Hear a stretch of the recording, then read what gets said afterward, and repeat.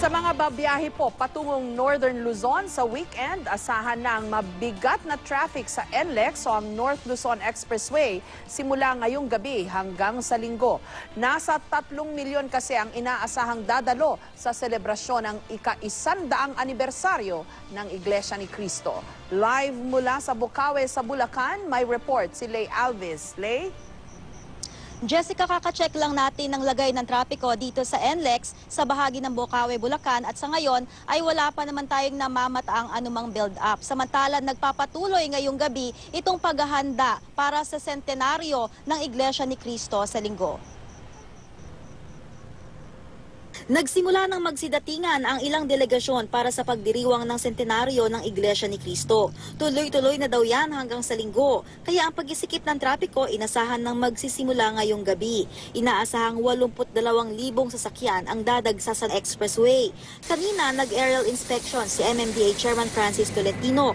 Sinuri niya ang compound ng Ciudad de Victoria na inaasahang mapupuno ng 3 milyong tao sa Linggo. Nakikita nyo, ang NLEX ay halos 4 lanes lang ito dahil gagamitin yung shoulder. So itong stretch na ito, may pagsisikip yan. Handa na rin ang mga Incident Command Center malapit sa NLEX. Naroon na ang mga tent, rescue vehicles at container vans na ginawang opisina ng mga tututok sa selebrasyon. Ang ilang miyembro ng Iglesia ni Cristo bukas pa lang daw babiyahe na. Umupa na lang daw ang ilan ng apartment malapit sa Ciudad de Victoria. May mga tent ding inilagay sa loob ng compound para sa mga dadalo. Dito sa loob ng Philippine Arena gaganapin ang pagsamba para sa sentenaryo ng Iglesia ni Cristo sa Linggo. Ngayon, dahil 55,000 lang ang pwedeng magkasya sa loob, gagamitin din itong Philippine Sports Stadium na kaya namang mag-accommodate ng hanggang 20,000. Ang iba, dito na magtitipon sa open ground sa loob ng Ciudad de Victoria. Para mas magamit ang espasyo sa loob at maiwasan ang pagkisiksika ng mga sasakyan, ihahatid at susunduin na lang ng mga bus at vans ang mga delegado sa mga itinakdang drop-off at pick-up points. Ihanda yung puso, yung isipan, yung kaluluwa, at ihanda rin ang katawan. Ihanda yung mga kailangan gamitin, yung maayos na pananamit. Makita-kita tayong maayos dito sa loob ng Ciudad de Victoria. At kung paano maayos na nakita-kita, ang panalangin ng lahat ng buong iglesia ay maayos din naman makauwi ang lahat. Para maiwasan ang traffic sa Balintawak, pwedeng dumaan sa Mindanao Avenue ang mga babiyahe panorte. Ang kaso, dito rin lumulusot ang mga malalaking truck. Ang mga ayaw ng mga maipit sa traffic sa NLEX, pwedeng dumaan sa mga inner o secondary roads sa Valenzuela City at ilang bahagi ng Bulacan tulad ng Marilao, Bocaue, Malolos at Kalumpit.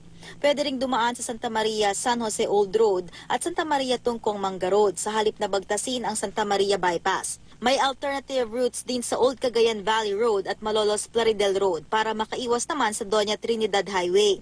Maging ang parking areas, inilatag din. Ang mga delegado mula Metro Manila Central at Visayas sa Parking 1 sa Santa Maria Bypass to Norzagaray dapat pumunta. Parking 2 sa Bocaue to Marilao naman ang para sa mga taga Metro Manila West at Region 2. Para sa mga taga Metro Manila East at Region 1 naman, ang Parking 3 sa Giginto to Tabang at Bocaue to Giginto. Ang Parking 4 sa Tabang to San Rafael, inilaan sa mga taga Quezon City at Region 5. Ang mga galing sa Region 3 sa Parking 5 sa Malolos to Tabang pupunta. Sa Parking 6 sa Kalumpit to Malolos naman, ang mga galing Cordillera Administrative Region. Ang Parking 7 at 8 ay nasa Balagtas Bypass to Bustos para sa Regions 4A at 4B.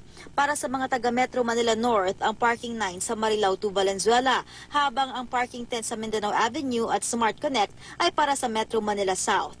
Nakahanda rin ang Kalumpit to Pulilan at NLEX Tabang Feeder Road bilang contingency parking areas. Jessica, sasalubungin ang sentenaryo ng Iglesia ni Cristo bukas sa pamamagitan ng fireworks display dito sa Ciudad de Victoria. Sa araw mismo ng sentenaryo, alas 7 ng umaga, magsisimula ang pagsamba.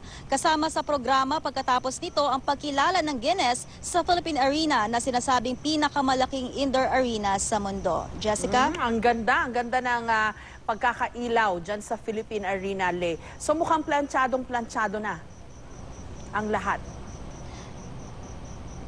Yes, Jessica, sabi nga ng pamunuan kanina ng INC, rain or shine, kahit umulan man sa linggo, ay tuloy na itong kanilang sentenaryo. At sinasabi nga nila na kahit medyo limited lang talaga yung capacity nitong arena at nung isa pang stadium dito, hindi nila pinipigilan yung kanilang mga miyembro na pumunta basta't maghanda lamang magdala ng payong at pagkain. Jessica. Maraming salamat sa iyo, Lay Alvis.